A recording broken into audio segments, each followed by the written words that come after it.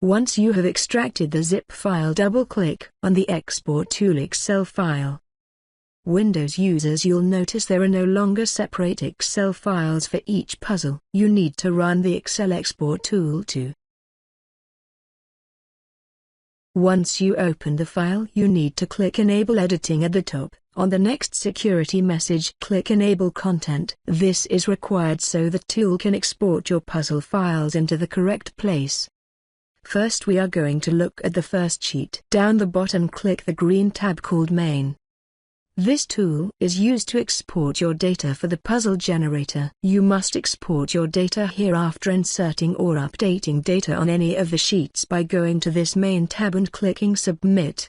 The Excel tool also allows you to configure some settings for the puzzle generator, for example allowing you to add translations and different fonts.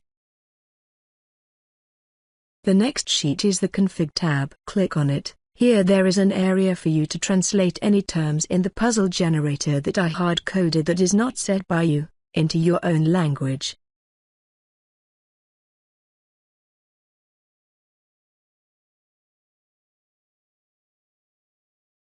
Next is the font list that includes most of the fonts included on your computer. If you have additional fonts that aren't on the list, you can include them here so they can be selected when you create your puzzles. Make sure you type the font name exactly as it appears, as otherwise it won't work.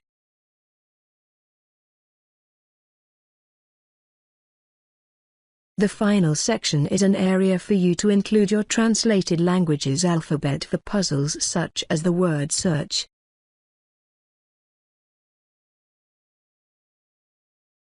The next sheet we are going to look at is the word search sheet. Here is where you include your words and titles for each word search you want created. As in PowerPoint, you can select 5, 10, 15 or 20 words per word search. You need to ensure your data here matches. For example, if you want to create 5 word searches with 15 words each, you would need to include 5 titles and 75 words here. You must ensure you go back to the Main tab and click Submit before running the word search function in PowerPoint.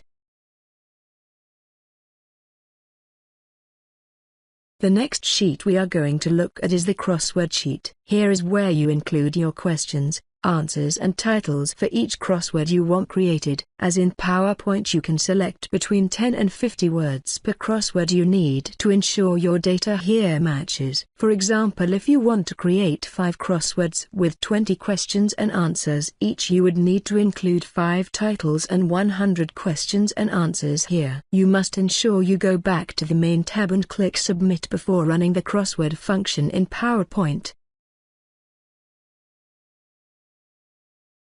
The next sheet we are going to look at is the cryptogram sheet. Here is where you include your puzzles and author clue for each cryptogram you want created. Additionally, you can choose to display, hide or encrypt your author clue for each puzzle. You must ensure you go back to the Main tab and click Submit before running the cryptogram function in PowerPoint. The last sheet we are going to look at is the word Scramble sheet. Here is where you include the words or phrases you want scrambled and the title for each set. You can include up to 30 words in one page if you select one column, and up to 60 words if you select 2 columns. You can of course do as few words as you want per page. This will allow you to have a bigger font. Place each title next to the first word that starts a new set of words. You must ensure you go back to the Main tab and click Submit before running the word Scramble function in PowerPoint.